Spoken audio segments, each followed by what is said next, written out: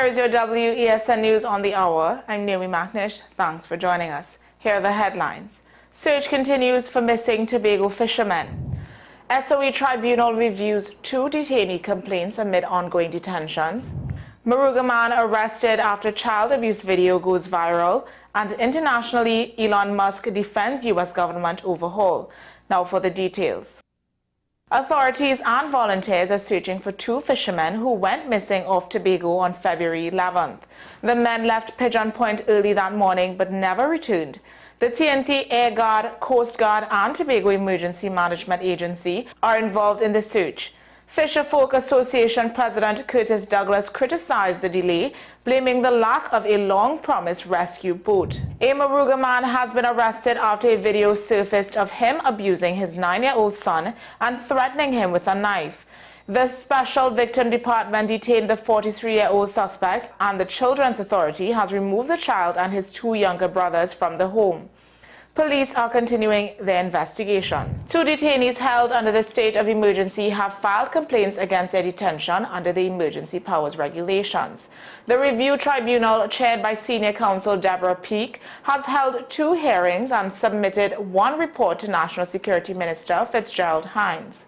However, the detainees' attorneys have yet to receive it. Since the SOE was declared on December 30th, Hines has issued 18 detention orders, with detainees identified as high-risk individuals linked to violent crimes, gang activity and firearm trafficking. The tribunal is tasked with reviewing each case and determining whether continued detention is necessary.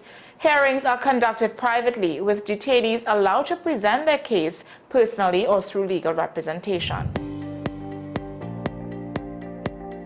Internationally, Elon Musk has denied claims of a hostile takeover of the U.S. government as he leads a major cost-cutting initiative under President Donald Trump.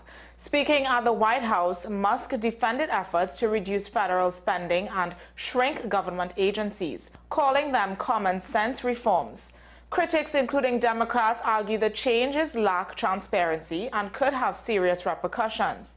Trump has signed an order giving Musk's Department of Government Efficiency more power to reduce the federal workforce. Well, that's news to the hour on WESN. I'm Naomi McNish. Thanks for watching.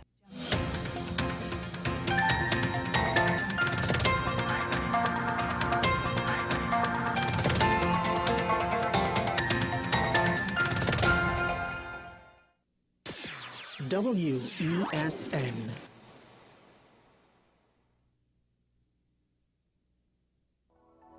Attention everyone! The Office of the Prime Minister Communications has launched a brand new WhatsApp channel designed to keep you informed and connected like never before. Get real-time updates, breaking news, and important information directly from the source. With our WhatsApp channel, you'll always know what's happening when it's happening. Joining is easy. Use your phone camera, scan this QR code, tap follow, and that's it. You're in. Be sure to tap the notification bell to never miss an update. Stay informed, stay empowered. Join the conversation with the Office of the Prime Minister Communications WhatsApp channel today.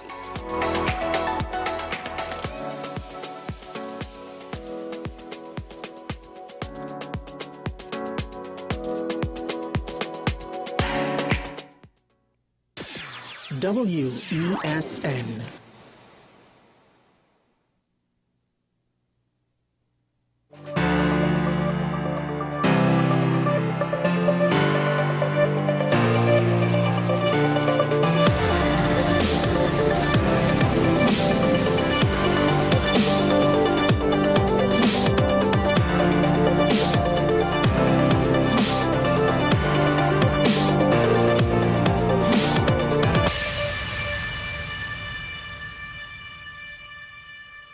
Trust takes years to build, seconds to break, and forever to repair. That is the exercise that many people in public life right now are going through. And it seems as though they don't seem to really fully understand that, or at least they don't figure it out until it's too late. Because at the end of the day, Trust is also somewhat based on perception. If someone feels aggrieved, they are less likely to trust you. Feels, not if someone is harmed, as a matter of fact, but perceives to be harmed, perceives to be lied to, perceives to be taken for a ride, perceives to be scammed, well then, they'll become wary in the future. And when you're wary, think about it.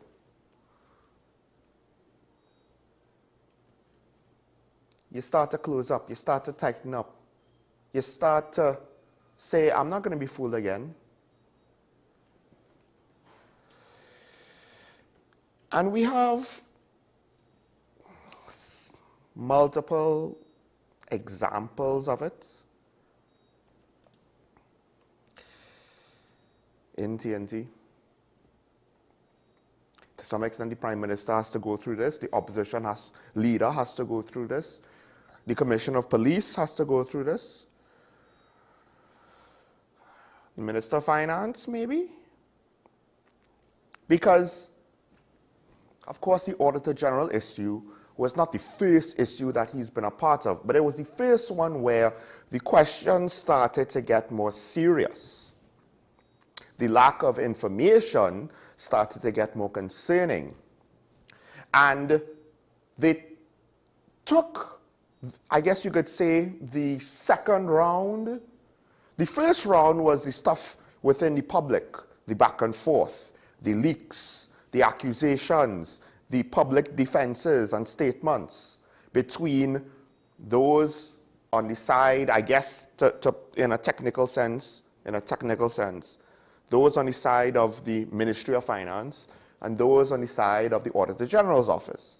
And then, of course, the second round was what happened essentially in the courts that went all the way to the Privy Council, where the government side, or better to say cabinet side, lost. And lost in a very convincing fashion. Again, it went all the way up to the Privy Council. So now we have a situation where the Minister of Finance is trying to state two things. One, which is a lot easier to accept than the other. The first thing is that the relationship between himself and the Auditor General and the staff of the office remains respectful and cooperative. Now, granted, we will each accept that in various degrees based on our own personal opinions and biases. The key point is it's more acceptable. To what degree it actually is in totality, that's to some extent up to you. But it is more acceptable because I could see where, all right, damage control, what have you. You're not trying to make the situation worse. This is very practical on one hand, but also on the other hand, you still need to move forward. You can't make more problems and just be petty for no reason. At least that is usually, I think, normal human behavior. But politicians in this country have proven they can double down. And this is not a dig at the Minister of Finance. This is a generalized statement, that last point. But the other point that's harder for us to accept, or at least for me, I would imagine it would be harder for most people to accept, is when he says that the discrepancy in revenue for 2023 was, quote unquote, never any real issue. It was a difference of opinion as to whether the corrections to the accounts that the public servants wanted to put in could be admitted. Now, he could say that, and to some extent, technically, that is, if you had to utilize English, that is literally true. There's no literal untruths there per se, except when you bring in the question of how it was framed in terms of severity and importance. Because if it was never really any issue, you didn't just go to the Privy Council. You went to the Privy Council in one of the most preliminary matters. That is to say, can the Auditor General get judicial review, I believe it was, or maybe I'm getting the specific technical term there wrong. But the fact of the matter is, the Privy Council said, alongside the Court of Appeal, and I do believe the High Court, yes, she can move forward with her court matter. They didn't even come to a conclusion of the situation. They just cleared the way for her to continue legal proceedings. But that went all the way to the Privy Council for something that is never any real issue. And then notice the corrections to the accounts that the public servants wanted to make. Now, to be fair to the minister, it has not been inconsistent with regards to the origin of the matter. Right? To some extent, even from the beginning, he did say, it's the public servants, they were the ones, he is not directly involved, and to some extent, he only became directly involved at the point in which it became something of a public fiasco. Which then, depending on your interpretation, why did you insert yourself in that manner, is a legitimate question. Because it went all the way to the Attorney General deciding to draw a line in the sand between two members of government.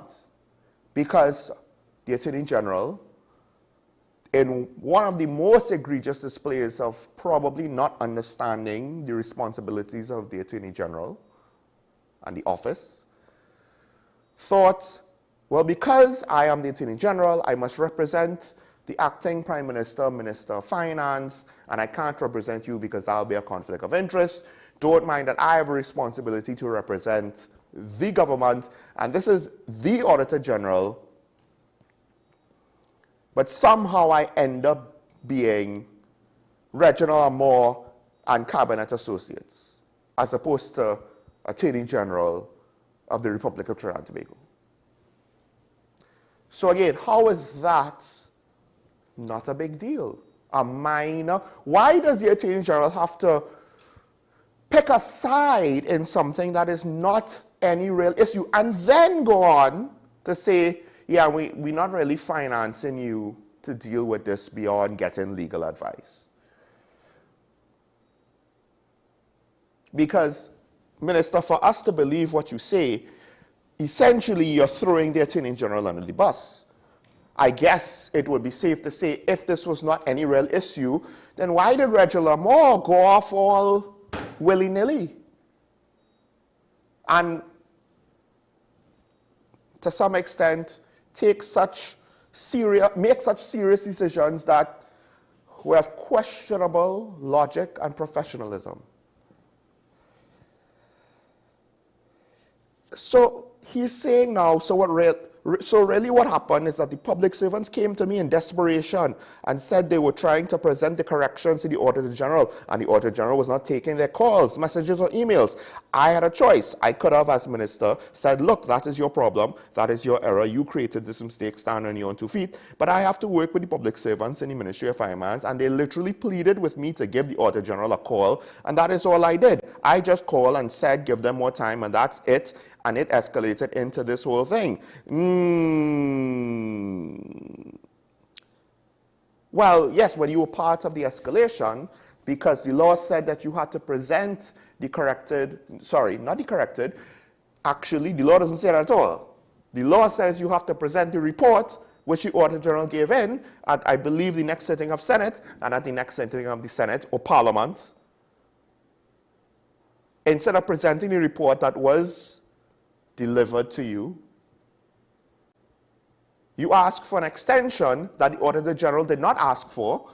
And ironically, this was a preview to the whole investigation part of it, which the Privy Council noted the terms of reference, that whole, gosh, I can't remember the terms used to describe the panel that was supposed to look into this, but they point out terms of reference weren't necessarily fair.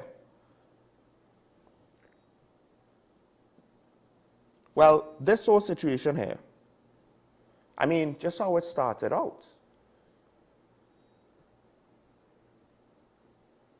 It was like if the minister was making assumptions all the way.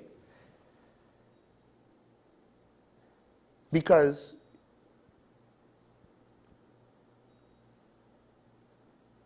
why are you going to assume that the Auditor General is going to cooperate with this extension? Just like she had no reason to cooperate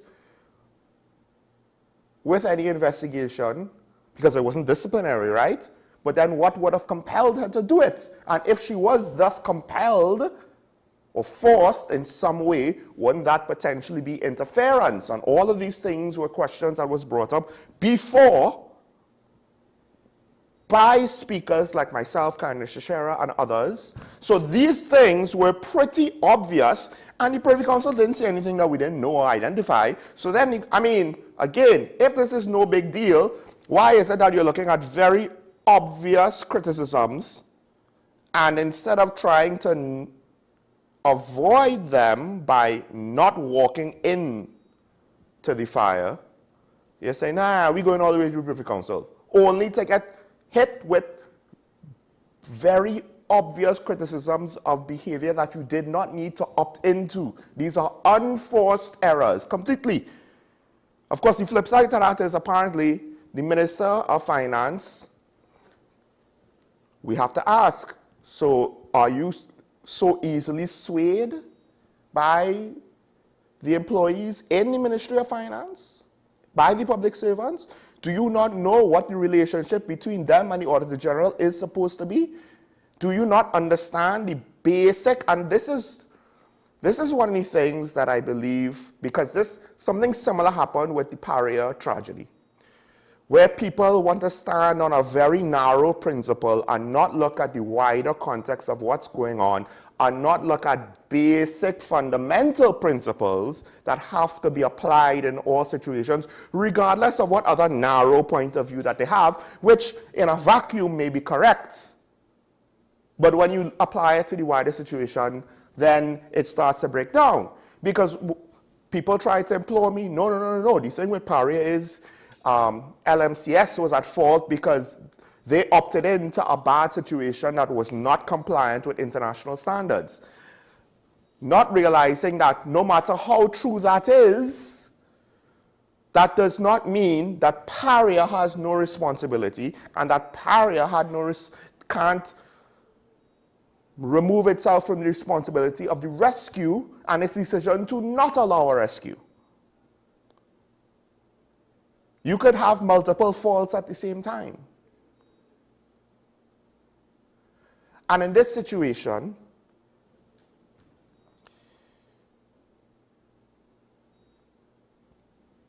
I don't understand how is it people seem to not get it that, look, these breaches here,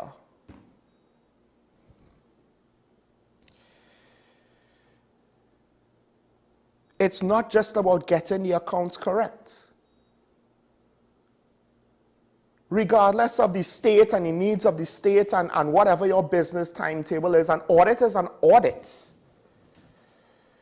Paria's responsibilities did not disappear because of anything wrong LMCS did.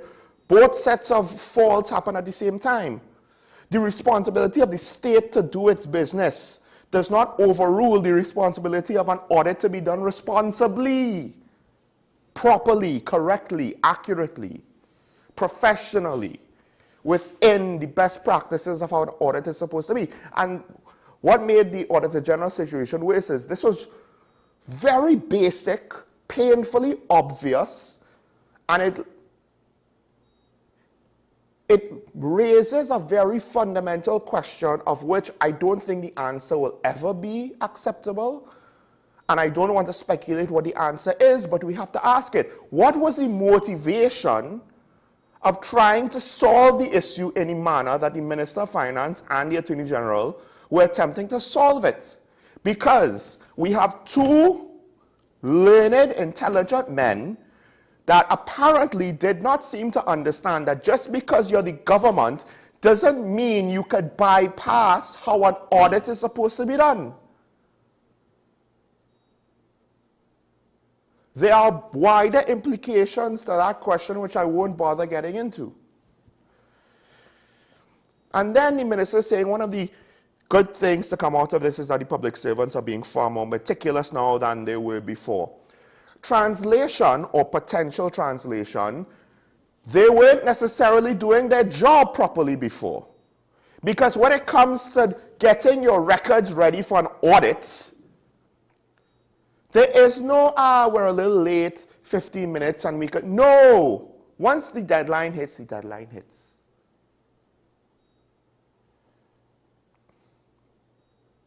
These are not things that you could just do willy-nilly. And this is an office that is separate to Cabinet for a reason. This is not part of the Ministry of Finance. This is not part of Cabinet. This is an independent office. That's one of the other things that the public didn't seem to understand. The minister had no authority to dictate any of these terms. And we already had situations where there's a precedent of questions being asked of interference of independent office holders. So, another question is, why is it that two obviously intelligent men did not consider that we already have a precedent of the public questioning interference with offices like the Commissioner of Police, the Director of Public Prosecutions, the Police Service Commission, etc., etc. We already have that as big controversies on our administration that at least up till now we don't have an answer that has satisfied all the critics. Why do we want to opt into another situation where it seems as though it could be interpreted? Do they not have advisors? Do they not weigh the pros and cons? It seems as though there isn't much difference in some basic ways between this situation and what went on with the arrest of earlier Edward Christopher. Because essentially, both situations seems to have been, they rushed into a situation and now, well, at least with the police, I don't know what they're trying to do, but now the minister is trying to do damage control maybe, or back out of it somehow. I mean, the Brian Thomas situation was similar. They went in, they took him, they brought him back. And now they have to try and deal with life where the other governments involved basically, wave the white flag without even a whimper. And they're trying to tell us, well, no, it's not that bad. No, it kind of is that bad. So I don't understand exactly why the minister would believe that we would accept this. He doesn't think all the facts were presented to the Privy Council. Well, unfortunately, the fault lies on your side of the line. Your lawyers were the only lawyers to speak. The Auditor General offered no rebuttal, no counterclaims, no defense of her position. It was only your lawyers who spoke. So if there was any failure, are you saying that your lawyer was incompetent? The Attorney General was incompetent for setting this up? Are you saying the Privy Council is incompetent? Because I have yet to hear any serious opinion that agrees with the government's position on this matter. Hence why I said, how can you ask us to accept these claims, even now these minor claims, at face value? We can't. It is near impossible. This is like trying to say that the sun is green and the sky is red and the grass, well, the grass can sometimes be yellow, but the grass is blue. We can't accept these things. At the very least, try and paint the damn thing, paint the grass blue before trying to sell us that grass is blue. What you're saying doesn't make sense unless you want to offer us more information.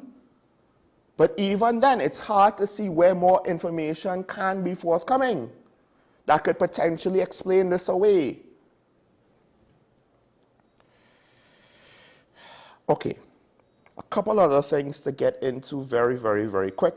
Now, on the other side, the opposition MP, Dr. Rua Munilan, apparently there are debt collectors seeking to recover $600,000 from him over goods that were imported. The MP is saying that they were goods that were donated by an international organization who paid for the goods. He has documentation that says he owes something to the tune of $270 plus $89,000. So he's like admitting to $350,000 to $351,000, and he's trying to get certain duties and tax, waived, and he's basically asking the government to do so. It's a process. He's not trying to do things illegally.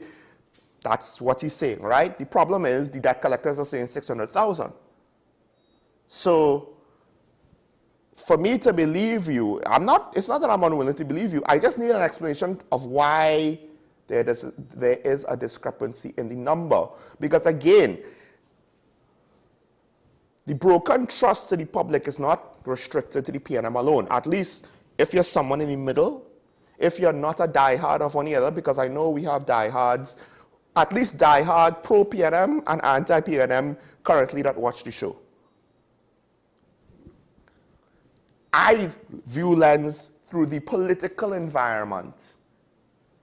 Okay, the UNC and the PNM are not different sides of the same coin, but they're similar enough where we have too many similar complaints.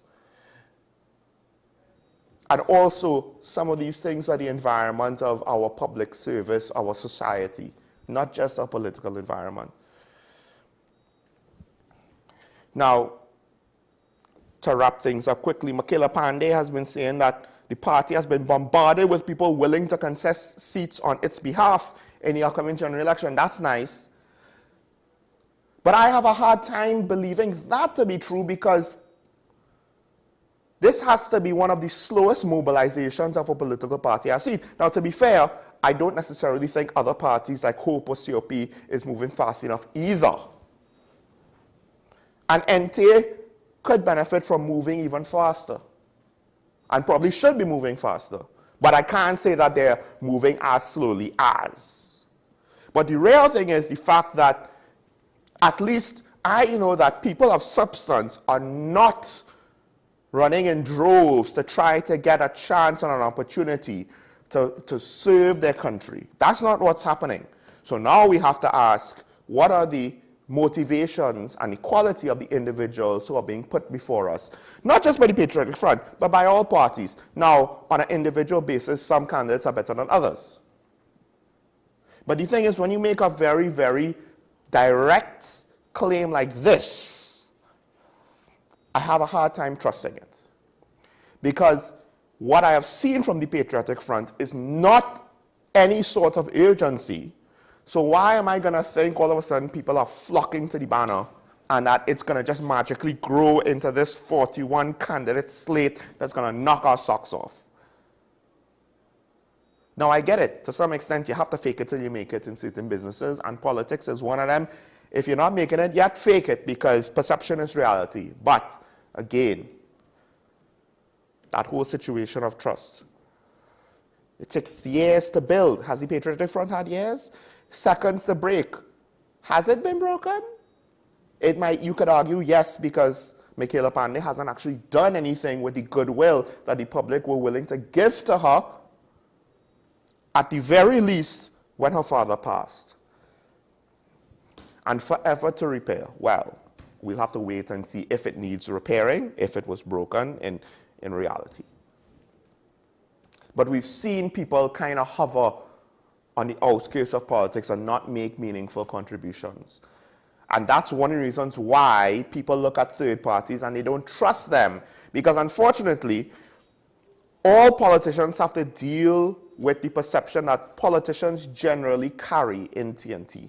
But with regards to third parties, they have to deal, the PNM have PNM baggage, the UNC have UNC baggage. Third parties have all the baggage of all the third party failures from since whenever we had a third party situation. And the COP, I guess you could say, arguably has like a little extra because they are one of the third parties of the past. We'll get more into the COP situation upcoming. Finally, I heard through the grapevine that an MP is attempting to be a facilitator in the world's oldest profession and was trying to make connections at a panyard on Monday nights. Is it true? I don't necessarily know. Do we believe that could happen? Maybe so. Should we potentially have more scrutiny on the candidates, as I mentioned before, whether incumbent, returning, or brand new? We probably should. At the end of the day, fool me once, shame on you. Fool me twice, shame on me. And sometimes a lot of the heresy and bacchanal in Parliament and between our parliamentarians is not entirely just rumors and untruths. There's something that causes these accusations to come up. And perhaps we should look into it, because you know what? For those who are innocent, it could clear you. But again, transparency works for you is an ideal or concept that politicians and a lot of public personas and leaders don't seem to understand in general, but in TNT, we could see specific examples of. All right, we'll take the break. When we come back, we should be welcoming my guests. We'll switch gears further into the politics. There's a very specific political topic that I want to hit today, and that's what's going on with the election drama, the latest chapter. Stay tuned to Talking One on WESN. We'll be right back after this.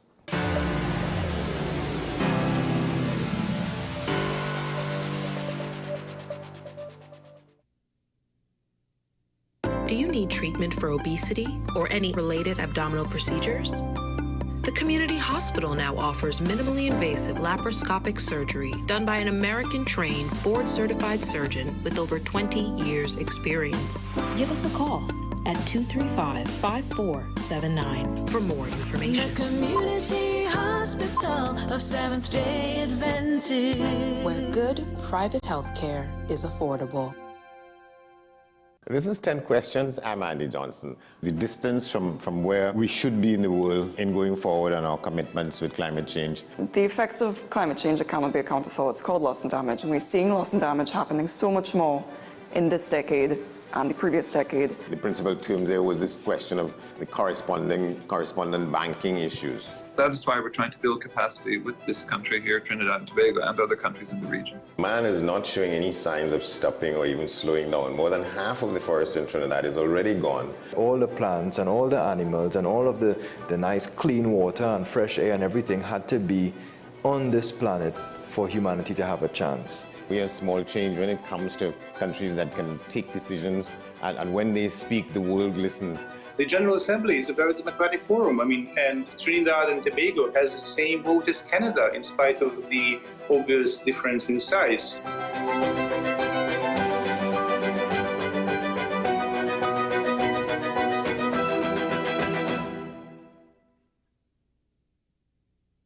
You are watching Strictly Legal on WESN Content Capital. Just give an overview of what exactly is that split arrangement. Now you don't need to register nothing. We can do that another time. But then it becomes a hit, and then everybody starts to want to claim. The laws that predate many of the independent countries' constitutions are going to be those colonial laws. We know there are an infinite amount of circumstances that would lead to a murder. I have a great idea and I have a great concept, but until it's actually expressed, it does not become intellectual property. Accomplishments or targets of a forensic accountant is to quantify what may have been lost. We believe we defend criminals and we manipulated the law and we exploited the system. A responsible journalist will reach out to the person who they have the information on for a comment.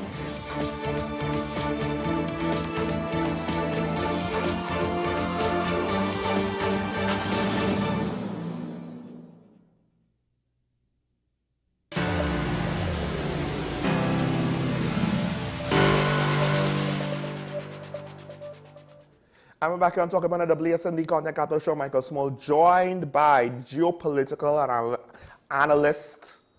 Sometimes I speak too fast. Dr. Shane Mohammed. Dr. Mohammed, welcome to Talking Point. Good morning. Good to see you again. Good morning. Good morning. A lot is happening in the political space, and a lot is going on. I mean, there are things that we could talk about. There are things that we can't talk about.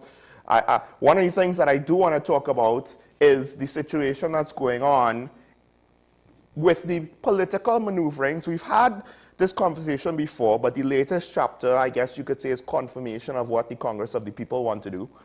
The leader is looking to say, I want to ally with the UNC, whereas the membership is saying, but we had a memorandum of understanding with the NT and Hope. Now, I understand you have a different opinion to mine, so let me just make my case first.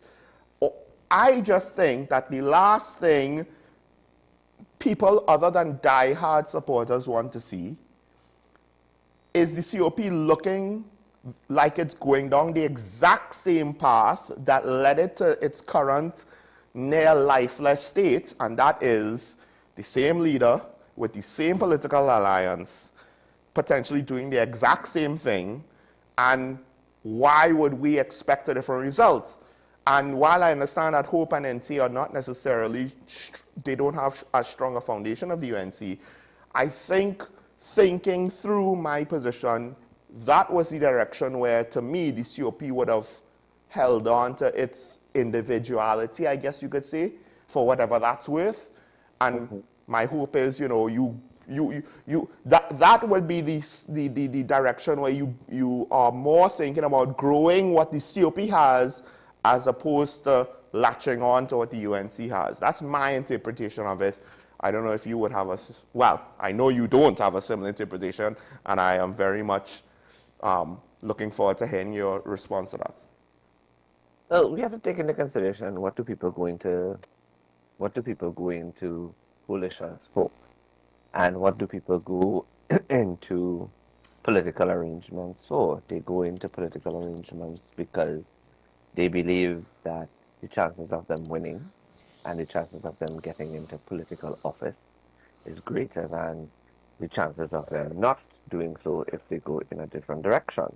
And I think that it's only natural that the UNC, the COP would choose to go the route of the UNC. In fact, there's a Guardian article today that says Mr. Ramada is saying clariantly, clearly, that that is his intention, that he is seeking to organize the party and organize himself as quickly as possible and enter into the discussions with Mrs. Prasad Bisasa to begin to position the COP in a manner that makes them a credible entity going into the coalition of interest. So it's just natural for me, so there's a lot of things that are different now that is not the same, and it's different to 2010. One, we don't have strong political parties in terms of strong opposition political parties that can do severe damage to the UNC like it would have been able to do in 2010. The COP is a fragment of what it used to be in 2010 to 2015. And between 2015 to now, I don't think the COP has been able to regenerate and to re-engineer itself formidably. So the question then is required to ask, how many seats can the COP realistically contest? Realistically contest with the possibility of winning those said seats in the 2025 general election. So there's a smaller, I should say, pool of seats that the COP may be able to negotiate for. Do you think, well, my view is this seems like a short-term move. Should that be the priority? Arguably, maybe you could say it should. The last thing you want is, if you believe the current administration to be bad for the country, we know how decisions today will have long-term effects, and if it's detrimental, it will just compound itself over time, over the next 5 years, if the current administration is bad and they continue to make bad decisions, if you believe that.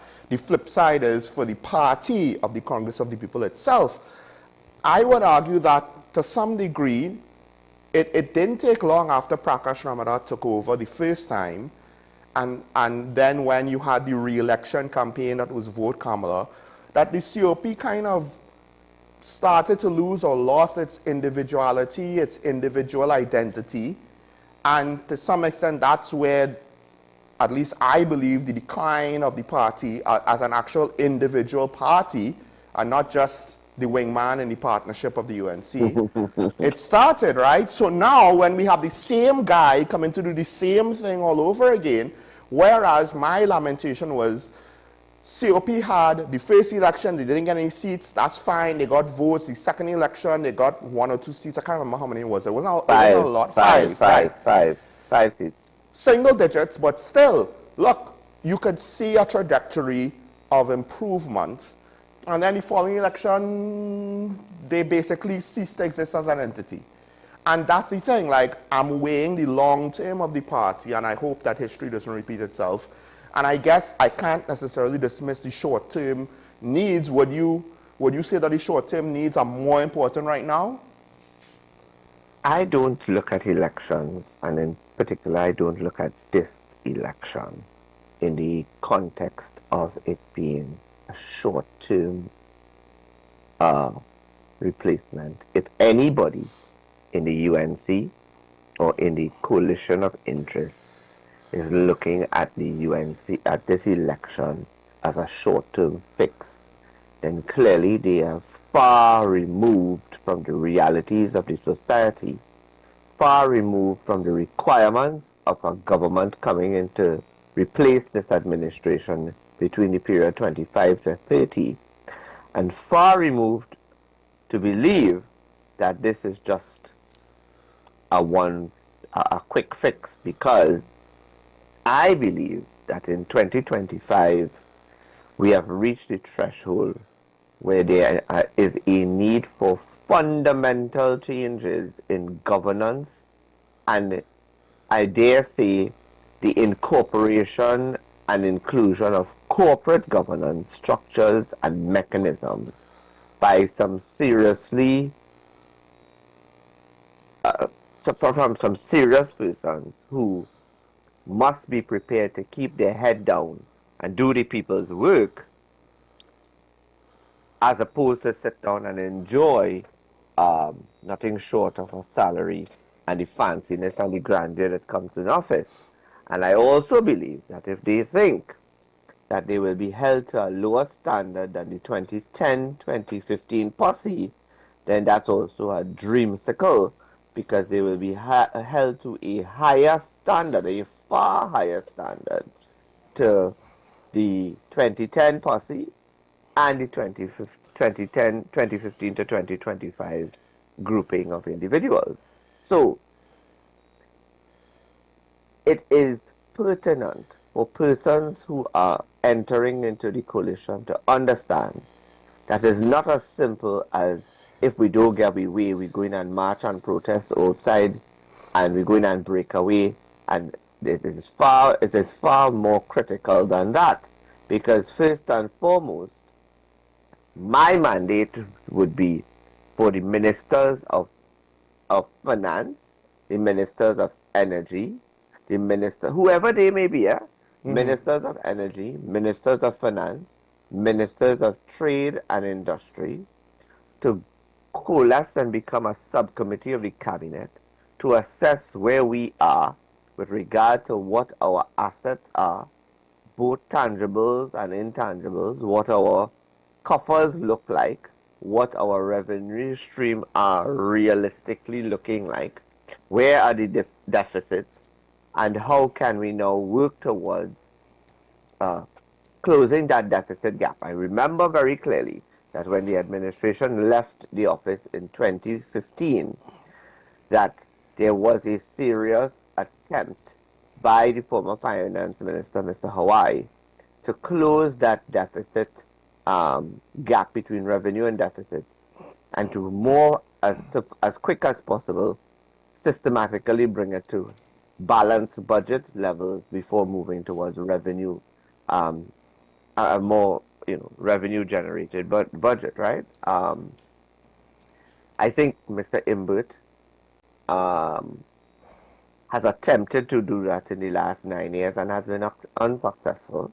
So therefore, there needs to be some very clinical, very strategic approaches, strategic planning as well on the part of an incoming government. So, I don't think that the parties that are looking to replace the PNM are talking about the ones that are outside of this coalition of interest, and the exception of the Tobago's People's Party, really and truly understand that this is not no quick fix. You could talk about change, and you could talk about what you could do and what you cannot do, and what you're willing to do and your ambitions. But the reality is, it's only when you get in there and you do a proper assessment of what it is exists, would you know.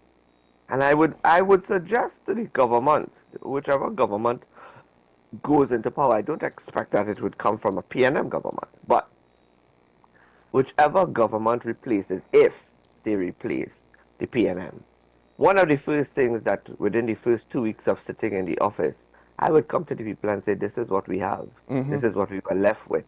This is what we were, and I would do a comparative analysis. If it's the UNC, I would say, listen, when we left the office in 2015, this is what was in the State Heritage and Stabilization Fund. This is what is in the Treasury. This is what was in our Forex reserves. And this is what was available in terms of recurring expenditures for Forex. And now this is what is existing 10 years after. As a result of that, there are certain adjustments that will be made. Obviously, they will honor, based on what Mrs. Bisasa has said with regard to her relationship with the unions, they will be working assiduously to ensure that the working class is paid their fair due. And I will also say that there needs to be a new governing framework as it pertains to performance management and how it is monitored, evaluated, and rewarded in the public service. I will also look at the governance entities within the structure, such as state boards, and look at their profitability, look at their revenue generation, look at their relevance, and where necessary. I feel we have state boards lying around here for the purposes of giving people a little 10 days and a little space, because they were part of party group 1357, and they all of those things that are in a multi-level governance structure that is no longer is not necessary, needs to be condensed, right, and given a serious mandate. Because I think people need to understand, yes, we could complain about bad policy decisions, but we also have mismanagement and corruption that are deeply rooted in the system, that goes beyond any one term and goes beyond the scope of existence of just the elected politicians. And I do have to ask, so it's not like, as you said, it's not going to be a quick fix. You don't just turn the whole system around. But here's the question, though. Because at least with regards to this administration, I can't say that I've examined the minutiae at the same detail level of the People's Partnership Administration and subsequent UNC and PNM, or previous UNC and PNM administrations before. I can only speak to this current administration, particularly last few years. But it seems as though generally, the political class is populated by people whose only real proficiency is knowing how to work the official system of government that exists right now, which includes to some degree, all of the informal patches and frameworks to try to bypass corruption, utilize corruption, enjoy corruption, or doesn't have to be outright corruption, just whatever has been mismanaged, allowed to become inefficient or whatever. They understand how to kind of work within that very small box, but to say that they have significant skills of how things actually work in the real world, to kind of borrow a cliche, and how to then, okay, how do you actually fix it? Because you kind of, look, it seems as though some people don't understand how an audit's supposed to work. I'm just saying, right? So how is it that if you don't understand the basic principles of an audit, could we then expect those in the political class to change the entire nature of government?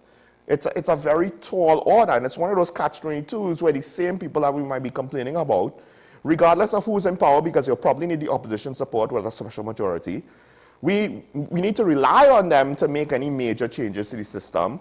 And I'm just concerned that they don't actually have any real skill outside of the political back and forth.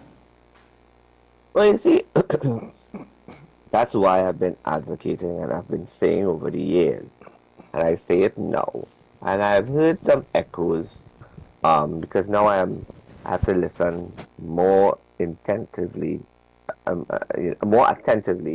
to what is said in the political space. And I listened to Mrs. Prasad-Bissessor's interview when she was sitting among the coalition of interest persons.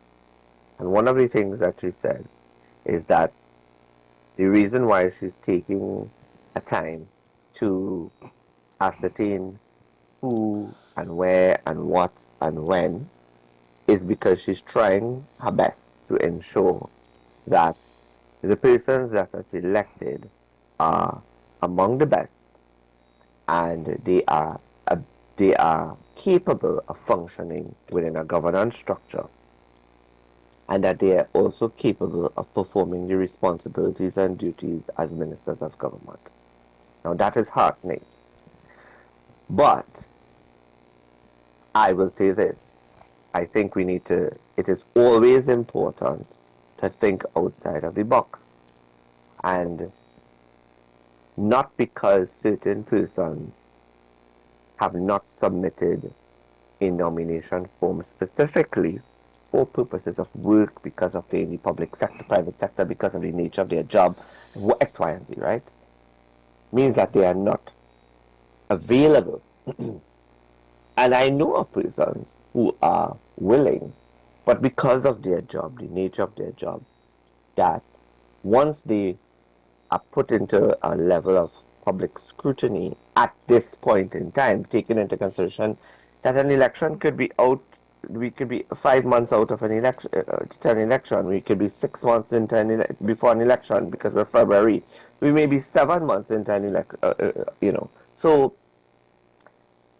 looking at this also has to take into consideration the informal approach, which I assume is also being looked at, because now you have Prakash coming in, and you have to take into consideration, where does Prakash fit in? How does he fit in? What role will he take on? There's Vasant that is sitting down in the wings, and there may be others that we don't know about. That's one part of it. But we also need to take into consideration that we need to make sure that persons understand simple things like what is the role and function of the Auditor General, and why the Auditor General is there, and the purpose for which the Auditor General serves not the benefit of the government, but the benefit of the country. Mm-hmm. And if we have people who have been sitting in an office for 1991 to 2025, you do the maths, 34 years maybe, and they don't seem to understand what the role and function is of a minister as opposed to the role and function of the Auditor General, then we have to ask ourselves, what really were they doing in the last 34 years in terms of having spent in those 34 years, spent an average of 5 and 6 is 11, 23 years in in government, in different capacities as a minister, in very important roles and in very key ministries, of which the Auditor General would have played a very vital and pivotal role. And I'm using the office of the Auditor General, not the individual, not the office holder. Yeah. So I believe that we are even the persons outside of the UNC's what you call it, the UNC's coalition of interest and any other incoming persons of interest or parties of interest need to understand that there needs to be some very important decisions, and it is critical to understand that you ought to have a serious plan in place. And if you don't have a plan in place, and if the plan is really just to beat the UNC or teach the UNC a lesson, you mean the PNM, and take over and attempt to beat the PNM, then your goals are misaligned, friend. I will tell any of them, your goals are misaligned, friend.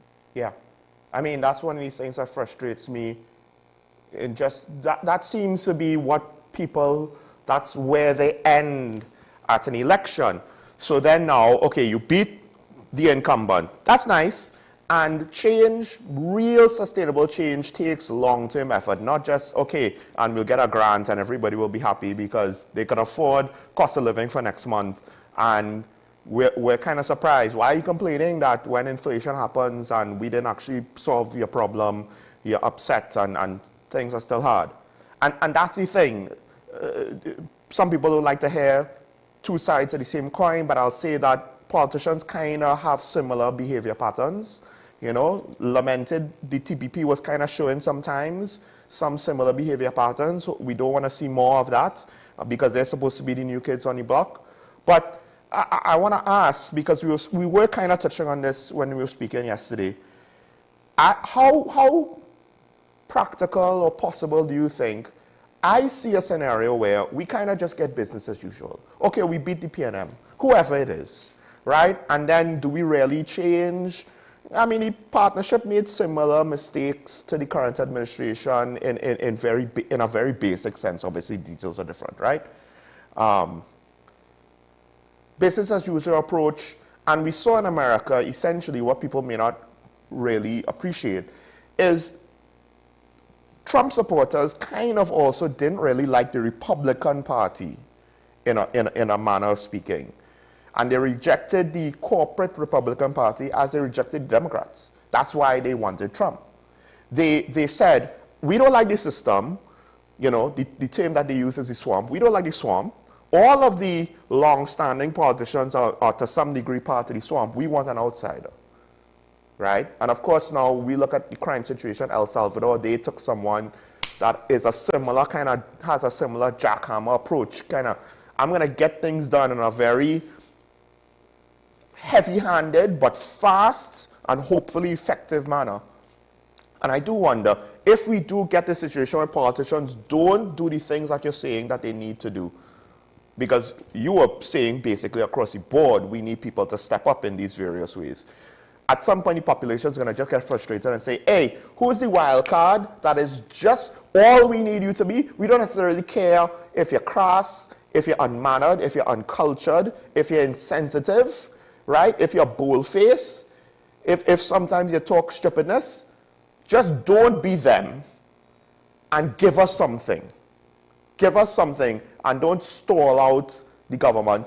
Start to make changes now because the grass is always green on the other side, and it's easy now to look at what's going on in America and El Salvador with rose-colored glasses and saying, yeah, why we can't have that? Okay, I want to read something for you, and I will not tell you. I get these things in my inbox, and I want to read something for you, right? And it's because I got an email, I got a message the other day. No, I mind my business, right? I tend to mind my business, and but I provide people with a level of honesty, and I ask a question. So I got a message. Now yesterday, so social media in Trinidad and Tobago is used more freely than, from a cultural perspective, people take this to go to social media to vent their frustrations, to vent their views. No.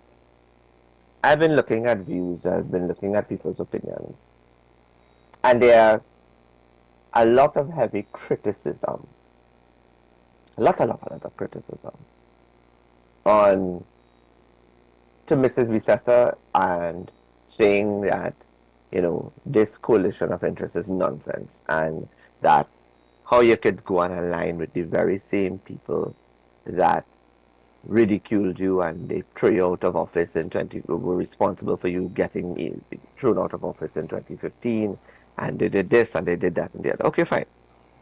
I understand that. But we also have to take into consideration that Mr. Manning, rest his soul, in his attempt to take control of gangs and try to find a mechanism by which gangs would cease or limited their operations, called them community leaders and hosted them to a grand affair in a hotel conference room many years ago. Then I see people advocating for why is it Mrs. Prasad Bisesa does not align and want to meet with Miss Pandey. And you see, in Trinidad and Tobago, a lot of people don't like to do political history. They like to go on assumptions. And they don't like to go into the details, or they don't know the details. And I was saying to someone last night that I could count on my 10 fingers the persons that understand the political history between Miss Pandey and Mrs. Prasad Bisesa. And it went from one of coaching and mentorship to one of complete division and nastiness. And I say the word nasty, I'm using that Trump word, right? But it went from coaching and mentoring. It went from a place of familiarity. It went from a place of generosity and kindness for a period of time. And then it quickly degenerated to becoming very, very toxic and very nasty. I'll say that, right? And therefore, one party just simply walked away from the scenario. There has been several non-political opportunities where that gap could have been closed between Miss Pandey and Mrs. Prasad Bisesa. Obviously, they have similarities of associations by virtue of different families and individuals and that sort of thing. And none of it, no attempt has been made. Mrs. Prasad Bisesa has made her position clear, and I think for the most part, she's been vague, and also she's been intentionally vague as to why. Because the details are not necessarily, she doesn't want to go into the details, and she's entitled to not go into the details of why that is where it is now.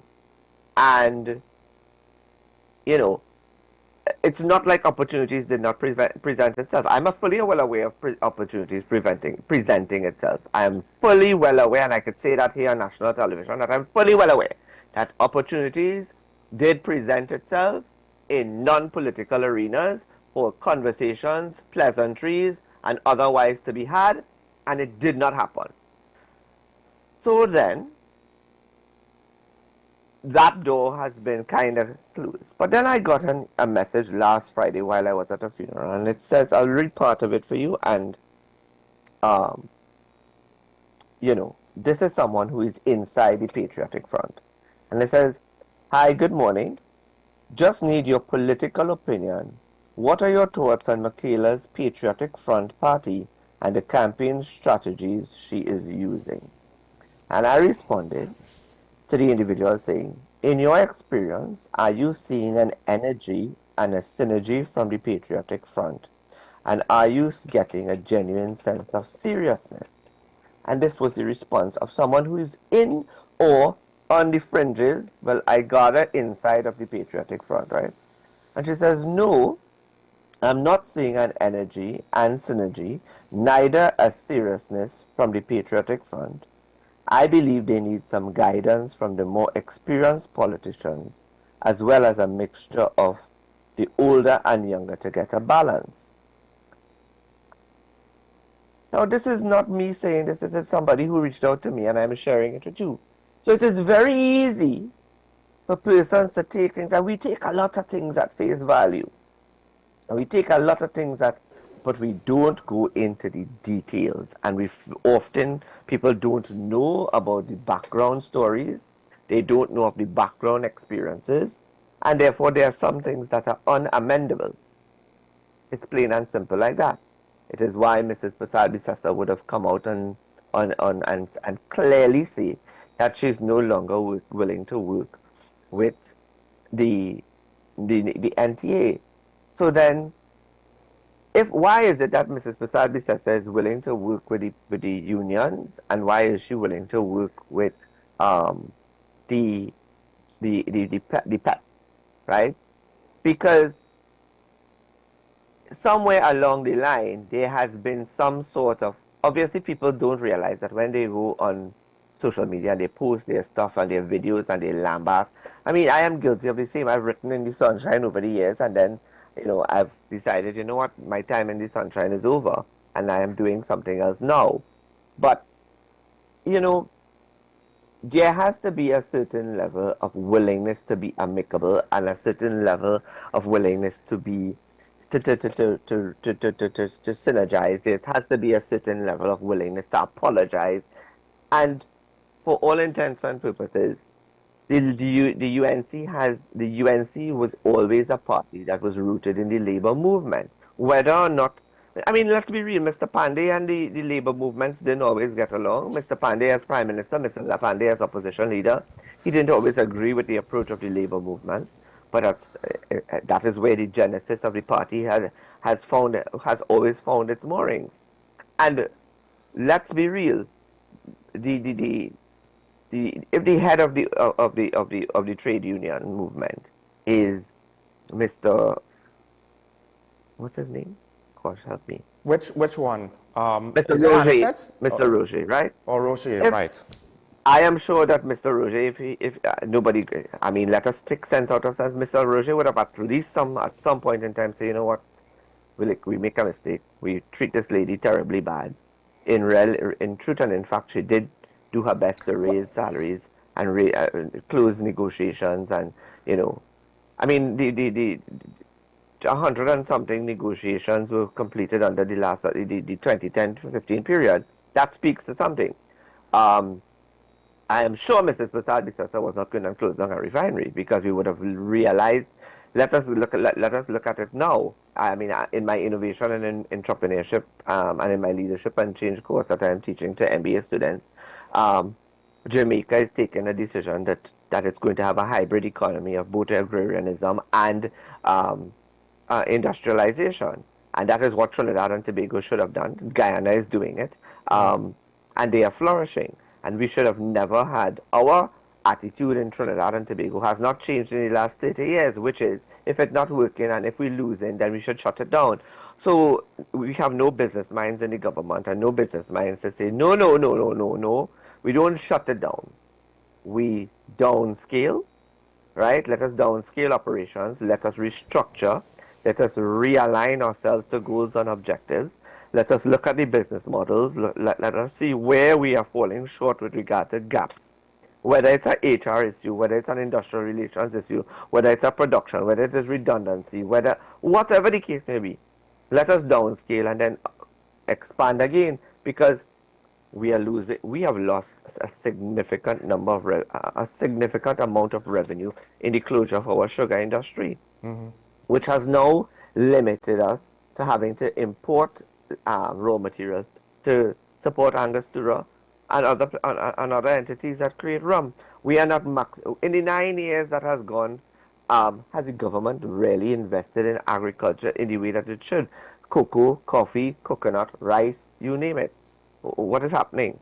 So I'm saying all of this to say that even those that are on the fringes that wants to represent and wants to lead the government and are speaking about change and that kind of thing, where are your policies? What is your policy on national security? How are you going to deal with crime? How are you going to deal with policing? How are you going to deal with the public sector and public sector reform? If you don't have a constitutional majority, you cannot get it done. Do you have the skill set that is needed to sit down and the ability to sit down on a round table with opposition and government and say, listen, fellas, all they didn't do this, we're not going to blame all to say, all they didn't do this, but listen, can we sit down? Are we mature? Are we politically mature enough to sit down and say, listen, let us have a conversation about how we can fix this? Because we are operating on a 1976 constitution and it is almost 50 years old and it is not providing us with the modernity that we need, the modern structures, the modern frameworks, and there are other countries that are racing ahead. Do we have that ability? Well, so this is not just about for the next 5 years. This is for the next 5 years and beyond. And you cannot tell me that you're making all of this effort to win a government and then to lose it in 5 years, because there's only so much that can be done within a 5-year period. There's only, and it is not about building hospitals. It is now about processes and procedures. And we have a process deficit in this country. We have a procedural deficit in this country. We have a service deficit in this country. When you go to the hospitals, you are going there mentally stressed, emotionally distressed because of what your relatives are going through, and the service that you get from doctors and nurses within the hospital system causes you more mental distress and emotional distress, because one doctor is on call, or one doctor has been in rotation for the last 24 hours. Why? Have we got the systems of triage properly? Have we formalized it? Have we revised it? Have we looked at it to have it at a multi-level system? There's so many gaps at the basic services for people. Look at our police service, and I'm going to just leave it there. Look at the police service today as an institution. Before we open the phone lines, I want to close with this question. You don't need to go too much in details, but are there any signs that anybody is really going to go beyond the norm? Because one of the last things you said there, it's not about just building another hospital. When you look at the last 2 administrations, the 10 years now of the PNM and the People's Partnership, yes, they attempted to build more assets, but with regards to the issues with processes, implementation, maintenance, execution, efficiency, productivity, we don't really see anything in any tangible way done about that, right? Are there any signs? And this is why I said it seems as though too many of our politicians, they know how to work within what already exists, but they don't necessarily know how to work beyond that. So they could build another hospital, they could build another building for the Ministry of Health, they could build another school, they could build another whatever, another airport, etc., etc. They could build a waterfront, they could build another police station. Is there any signs that there's any politician, you don't even need to say party, and you don't even need to say who it is, but do you think that we have enough politicians that really understand, hey, there are bigger things than just a photo opportunity, whether it is a hospital or a water standpipe, of getting things done so that we could fix the problems? And that includes working with the other side, something that at least right now seems to be almost, but not completely impossible. There are a few, and I say this without apology, there are a few good men that understands what I just said, and that is all part of corporate governance and the framework of governance, and that is what differs between a government of 5 years and governance, effective governance of a 5-year period. So people does not necessarily need to get another school built or another hospital that God alone knows.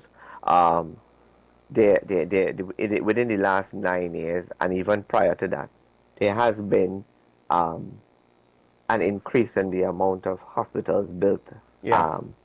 But really and truly, what will cause people to vote for a government into office in the 2030, 2035 period, let's just say, for argument's sake, the UNC does make it across the finish line, right?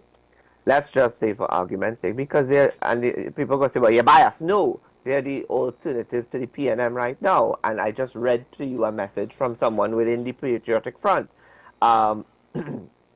If it is that the government of the new administration is able to deliver improved services and improved processes so that a man does not have to pass a bribe, and they find the ways in which they curb that level of what I call common corruption, for the lack of a better phrase. Yeah. Common corruption, right? A man does not have to pass a bribe to get his passport within a 2-week period or a 1-week period, where a man does not have to wait in line for 7 hours to get treatment in a hospital, where a man does not have to line up in the hot sun at the Ministry of Social Development to just show that he's alive, so that his life certificate is stamped and sealed, so he can collect his pension. And others, and a person who's interested in directly bringing foreign investment to Trinidad and Tobago does not have to wait 3 months or a month for the company's registry to register his business and set up his shop. Then we can say that the UNC may stand a chance of becoming electable again, where you've made life easier and less bureaucratic and less problematic and less chaotic in the delivery of goods and services for the people. Then you have started on the right track. If people are seeing that you have reduced the import bill significantly, and you have found a way in which we could really and truly in the next 5 years generate again a agrarian system where we have we've given life again to from a business, a private sector business model perspective to the refinery, and we see revenue coming into the country, where you've been able to improve the police service and weed out rogues and set in a process of community policing again, of persons being able to access the services of the police officers with regard to reporting and activity and their action towards that reporting and detection and prevent. Listen, I could go on and on, but the overarching discussion on this point is, if we are able to institute and improve services given the infrastructure that currently exists, then, and people realize that life has started to get better within the first 2.5 years of that administration, based on the ability to keep their heads down and do the work that is necessary to improve lives, then I think we're on a good start. But if you feel that you're going in there, and as soon as you take you out of office, your head up in the air, your chest broader than Mike Tyson, and you feel that you reach, then count yourself starting to lose already. Well, it doesn't necessarily paint a great picture. We'll open the phone lines right away for the last 10 to 15 minutes of the show, so you could call in and have your say. This is the thing. Some people might say, oh, Dr. Mohammed is being biased for the UNC. No, he's just pointing out a very basic, I guess you could say, political or governance strategy that could apply to the PNM as well. And of course, the question is, will either side be able to implement it? Part of the challenge is not just the political will and having to counteract any other agenda that might be within a political entity, but also just the sheer difficulty of changing the public sector. And we're not the only country that has that issue. And I would even argue that in a perfect world where both the government and the opposition are in lockstep, because we all agree that we need some improvement, right?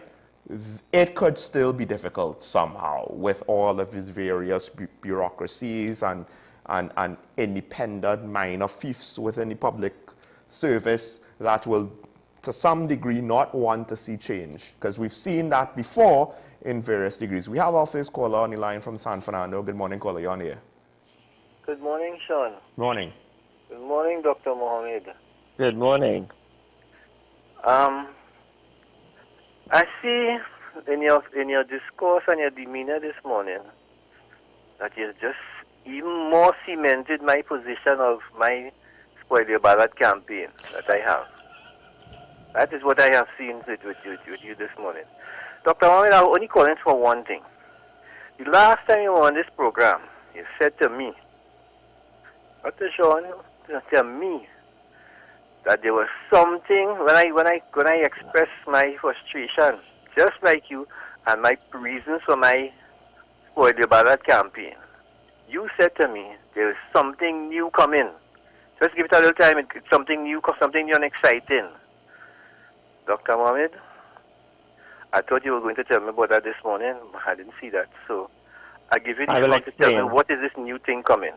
I will explain. Now let me explain this. Politics is not linear. Politics is very static. And at the time when I spoke about it, there were indications that something new would emerge and that something could happen, and it looked promising at the time. It didn't work out because the timing turned out to be bad. The timing just was not going. Something has to be able to catch momentum. It has to catch fire and then build momentum.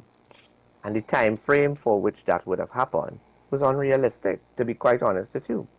And therefore, from that time to now, it has proven that the timeline would have been completely... the timeline for me, in my opinion, was very, very cutting it close, and that there would have been a lot of work that would have had to go into it, and a lot of financing that would have had to go into something of that kind. And it just does not, it just did not make political sense, nor did it add up financially for those who are responsible for assisting in getting something like that off the ground. We have to take into consideration that if you ask any political party, with the exception of maybe the PNM, but if you ask any political party about their financing, they're even going to tell you that that in this day and age they're getting a lot of financing from corporate entities and from private companies. They're not going to tell you that money is not flowing like water from in the 2010 period or the 2007 period or the periods before that. In 2050, in 2025, people are keeping their money very close to their chest. And the reason for that is they need to see certain things happening from political parties across the board, right? Before they decide to give money. And that speaks to governance processes and procedures, plans, structures, candidates, prospective candidates, energies, synergies, right? So it is not that, I'm not saying spoil your ballot. Spoil your ballot is not an option. If you spoil your ballot, then you have literally given away your voice that is afforded to you to say, I was part of this, or I created a pathway for my future to look X, Y, and Z. I'm not telling you don't vote for the Patriotic Front, or don't vote for the NTA, or don't vote for the PNM, or don't vote for the UNC. I am saying you line them up. You have now a wider range of persons that you could choose from. But just know that in your decision to vote, to not vote, or to spoil your ballot, what does that do with regard to the quality of your life? If you are looking for something tangible, if you're from San Fernando, I think right now in San Fernando, you have a very good choice between Dr. Dowlat and Mr. Al-Rawi. decide which side of the football side they want to be on, the press side or the nap side. I will say this. I do agree with Dr. Mohammed. And I think I said this at least once before. I might quicker look to just, okay, forget party colors. Who's the best candidate? Right? I know that to some extent the agendas of my constituency and the representation of my constituency will fall to the wayside because, as many parliamentarians have said, you're supposed to follow the party line, the party line, the party line. Which basically indirectly means, well, we don't actually do what's in the best interest of the individual constituencies. But be a little bit idealistic, don't know who to vote for. If you don't like any parties, then I would say look at the candidates. You know, and at the very least, that is you doing your responsibility. And if it doesn't work, and you know, some people might have a very reasonable expectation of it not working because, again, party line is going to go in a different direction. You did your part, then it's their fault. If we spoil the ballot, I can see where Dr. Mohammed comes from. Then, to some extent, we run the risk of not doing our part and having a similar negative consequence anyway, right? I get it, though. I don't necessarily say that I think your reasoning is completely flawed. I get it. You are expressing yourself, and depending on the results, it may or may not be effective. There is a version of events where it could be effective. Is that likely to happen? I'm not so sure. But there is a version of events where it could be effective. But then it very much depends on the number of people that spoil the ballots, the number of people that don't vote for the PNM and the UNC, the number of people that vote for others. Because if ultimately the PNM or the UNC win the seat, the spoiled ballots will be of limited effectiveness of sending a message that we're not accepting the status quo. Because the status quo, they are fine with less voters, because to some extent then it's just up to the base, and then they could just fight to grow their base. They could fight to capture the lowest common denominator. And I'll add to it.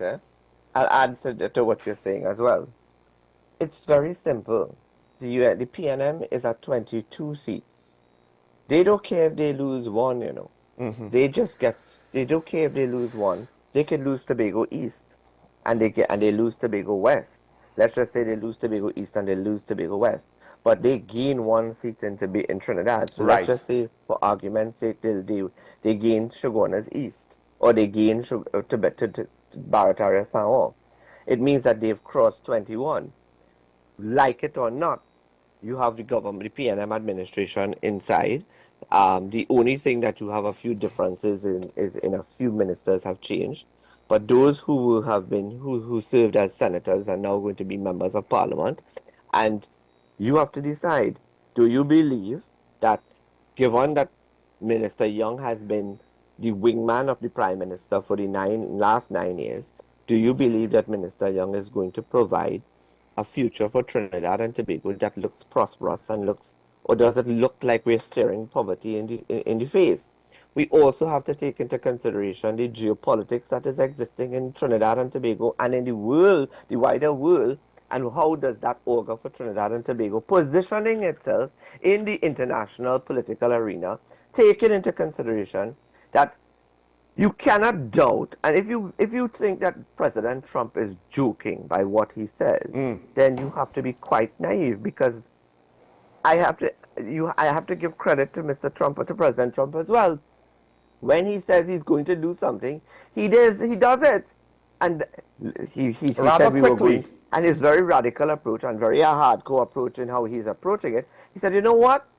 We have an agreement with Panama, and we are going to take Panama. And where Panama, and the agreement is where the Panama Canal is threatened by one entity or organization, and it threatens the Western Hemisphere, we can come in. Because the agreement of whatever year it is that the Panama Canal was handed over from the U.S. to the Panamanian government also included a clause where if Panama is under attack by any organization or any other sovereign nation, the United States is going to provide the military support that is needed. But you know what? Mr. Trump, as President of the United States, has been able to negotiate that any government ships that has the seal of the United States government printed on it is passing through the Panama Canal for free. Okay, tick. Money, money saved.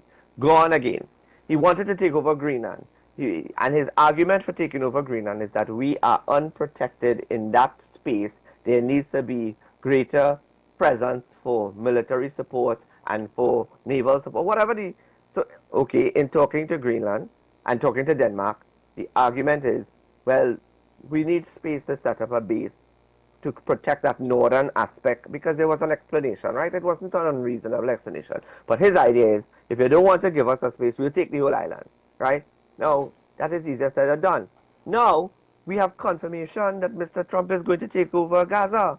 How does those persons who did not believe that Vice President Harris was going to find a diplomatic route to deal with the Gaza, Hamas/Israel issue, how do they feel now that the president is displacing the people of Gaza altogether, and the United States is going to have a presence in the heart of the Middle East? And the list goes on and on. He promised a 95-year-old lady at a rally that he was going to bring home her son. Boom, it has happened. How he's gone to Latin America and he's like, listen, you all can't be allowing all of these people to cross into my border and to be infiltrated into the United States and raising crime and committing crime and blah, blah, blah, blah, blah. The El Salvadorian president has said, listen, I have a space that can hold 40,000 people, and I am willing to take all of your people because I have space. And the El Salvadorian president says, but hear what? In taking all of these people, I won't mind if you charge me a small fee. Because in the greater scheme of things, that small fee is going to add up to help the coffers and lead to revenue generation in El Salvador. The point is this: leaders across the globe are being forced to think outside the box and to align themselves in a way that forces them to even think is as creatively or as crazy as President Trump, in order to secure their local standby in the international political arena. Does Stuart Young has that mindset? Does Stuart Young has that skill set to now reposition Trinidad and Tobago after he's been making deals and accessing permission from the former administration of the United States to just put Trinidad, to put all of our eggs, all the chickens, the whole fowl coop and everything in one basket called the Dragon Deal? Is that sustainable?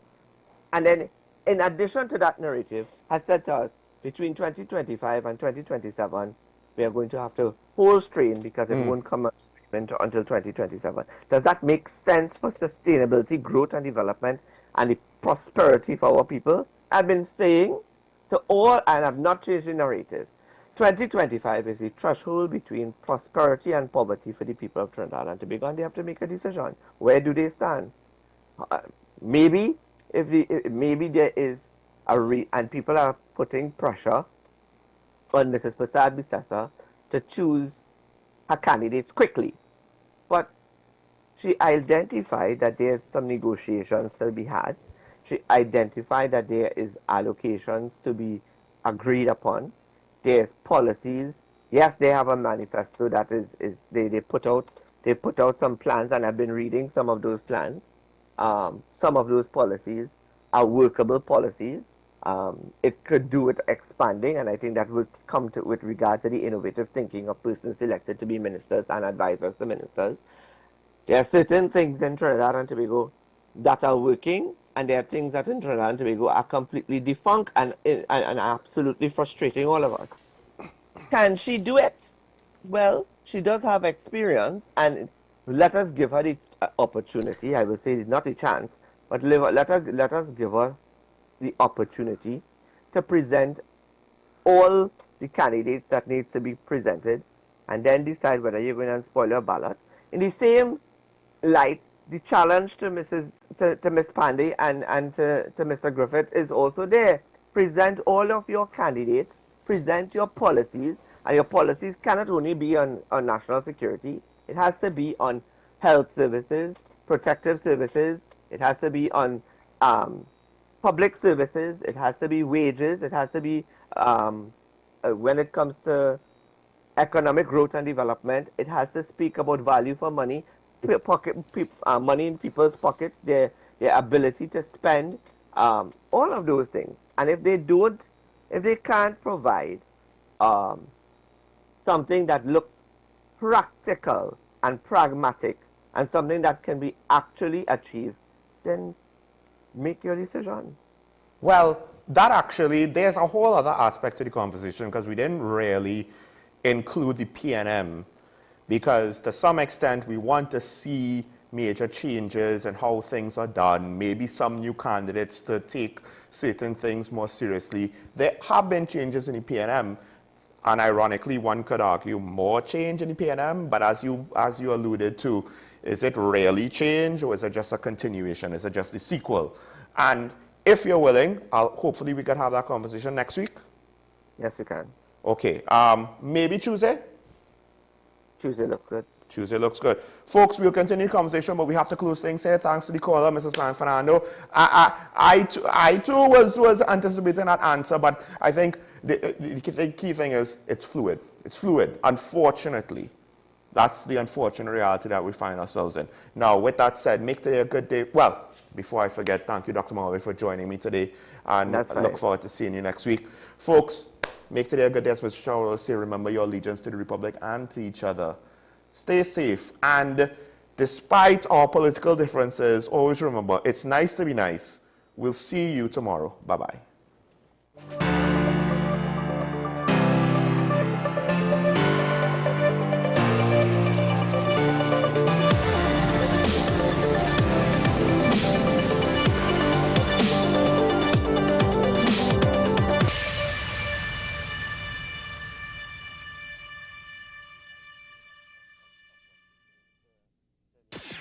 WESN.